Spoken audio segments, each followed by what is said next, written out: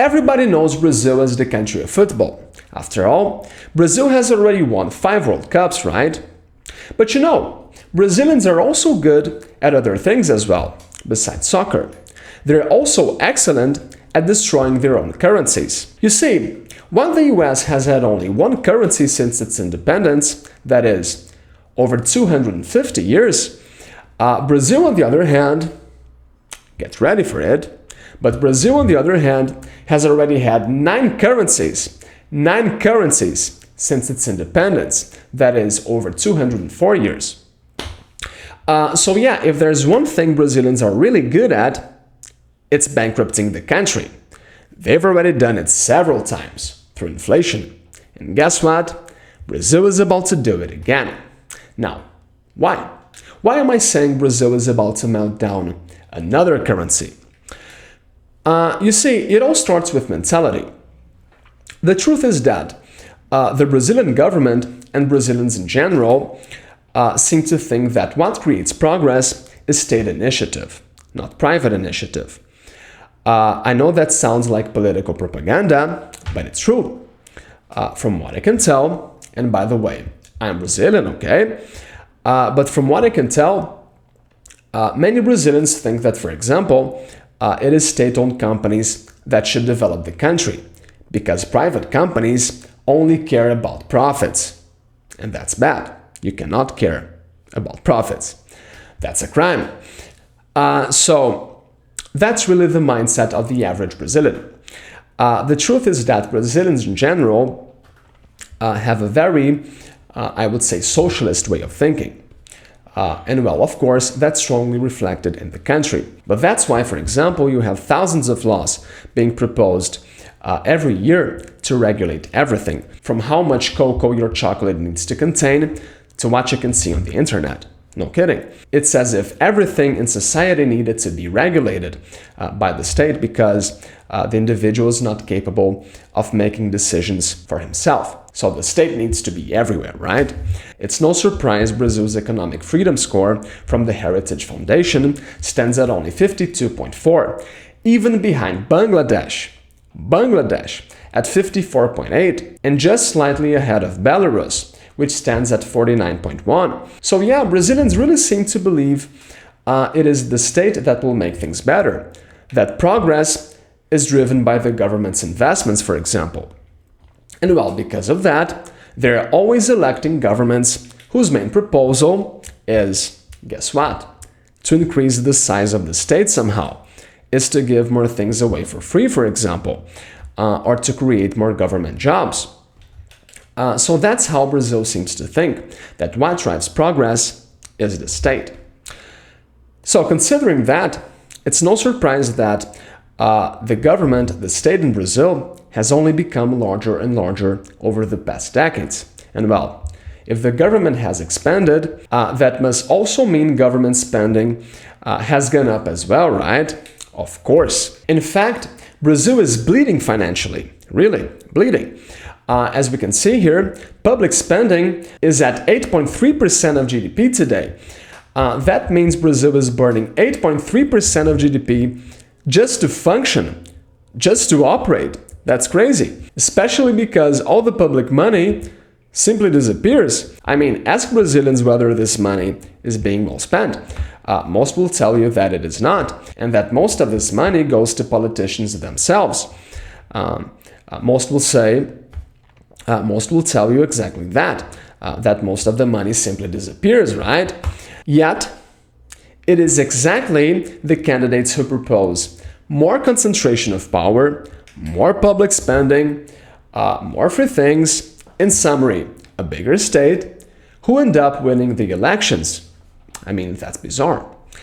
But anyway, Brazil is in a very fragile financial position, and in the end, as I said, it is a mentality issue, right? The country is bleeding financially because the government is simply too big and wastes too much. But well, things are like that because to a large extent, people voted for it, right?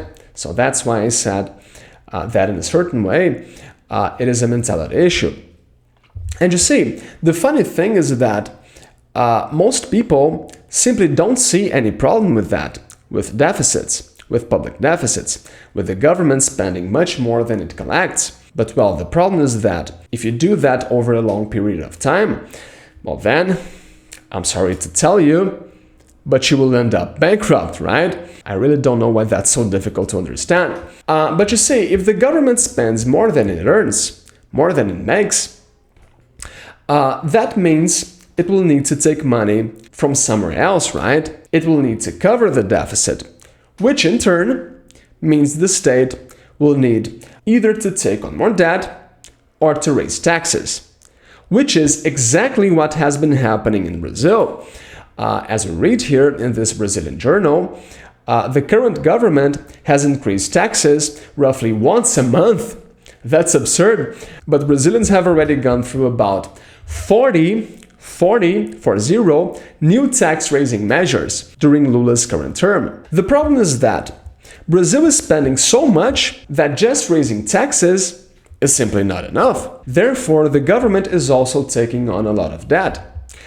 And that's why public debt has been consistently going up, as we can see here. Yes, it is true that public debt was higher in 2021 when it almost reached 90% of GDP. However, we need to remember there was a pandemic going on, right? Today we don't have that kind of excuse. Actually, today we don't have any excuse, right? So yeah, Brazil's picture is not looking good, definitely. Now, okay, but how is that scenario going to result in the Brazilian real and the Brazilian currency melting down? You see, countries don't go bankrupt the same way normal people do. They don't simply run out of money. Yes, that can happen, but more frequently, what happens is that instead of running out of cash, a country simply decides to print money, destroying the currency to pay for its liabilities, to pay for its debt. So that's how countries usually go bankrupt, through inflation. Now, why would this be the case of Brazil? Because, well, as we've seen, Brazil is drowning in debt, right? And honestly, this debt is becoming unpayable, especially since interest rates in Brazil are now at 14% per year, as you can see here. 14%? That's crazy. I mean, at 14% per year, you basically double your money every 5 years, okay? For Brazil, though, that means its debt will grow rapidly and exponentially. And well, if things continue like this, that is, if the government keeps overspending and if interest rates don't drop, well then, it would be no surprise to see Brazil's debt to GDP surpassing, let's say, 100% by 2030. Who knows? It could get even worse. So yeah, Brazil's debt is set to become unpayable. And that's why Brazil will need to melt down another currency, because the only way for it to pay for this mountain of debt will be by creating more money, by printing new money, or by lowering interest rates by force, which is also kind of like printing money, and which also destroys the currency. So that's how Brazil will destroy another currency. That might not happen today, but over time, if the country doesn't manage to control its spending and to lower its debt, and nothing indicates that will happen, well then, there will simply be no exit. The destruction of the Brazilian real, of the Brazilian currency, will simply be the inevitable consequence. It will be the only way to handle this huge amount of debt the country is taking on. So yeah, Brazil will do it again. It might not win another World Cup, but it will certainly destroy another currency. Because even after going through several hyperinflation episodes, Brazil has not yet understood that you simply cannot spend more than you make. Anyway, that's it for today, and see you next time.